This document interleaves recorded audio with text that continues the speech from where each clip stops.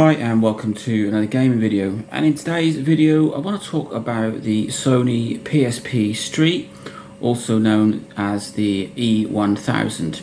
Now this was the last ever PSP made, so you had the 1000 model, the 2000 model, the 3000, then you had the PSP Go, and then they brought out the E1000. This was released in 2011, and I think the PSP Street was announced at the same time as the PlayStation Vita, which is an odd thing to do. Well, maybe not, because the PSP Street was aimed as a cheap version of the PSP, and with any cheap version of a console, it comes with some compromises. So, it has a built-in battery, so you can't replace the battery like you could on other PSPs. It's only got a mono speaker on the front. Obviously you'd have stereo if you used headphones, but the other PSPs had stereo speakers on the system itself. But the biggest difference between all the other PSPs and the PSP Street is that the PSP Street has no Wi-Fi.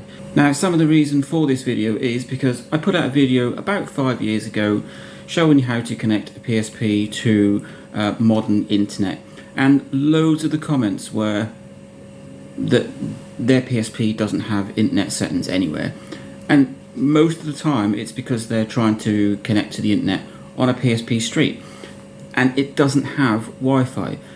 A very odd thing to remove, because that would then mean that there was no multiplayer for online gaming.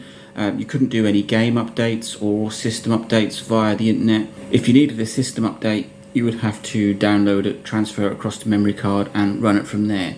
It would also mean there was no PSN, and you couldn't use the store for downloadable content. A big mistake, I think. Yes, I know that Sony had to cut corners to make this cheap version, sort of a budget version, especially with the Vita coming out with its high price tag. But the PSP Street, in my opinion, is just too cheap. It feels cheap.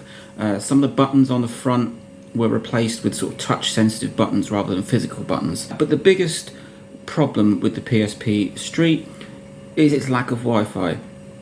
So if you've viewed my previous video, or you're sitting there with a PSP E1000 or a PSP Street and you're wondering why you can't get it to even view your network, never mind trying to connect it to a modern network, that is the reason why. The PSP Street has no Wi-Fi, amongst other things. So there you go. If you've got a PSP Street, sorry, but you won't be able to connect it to any internet at all. Link, like, subscribe, enjoy.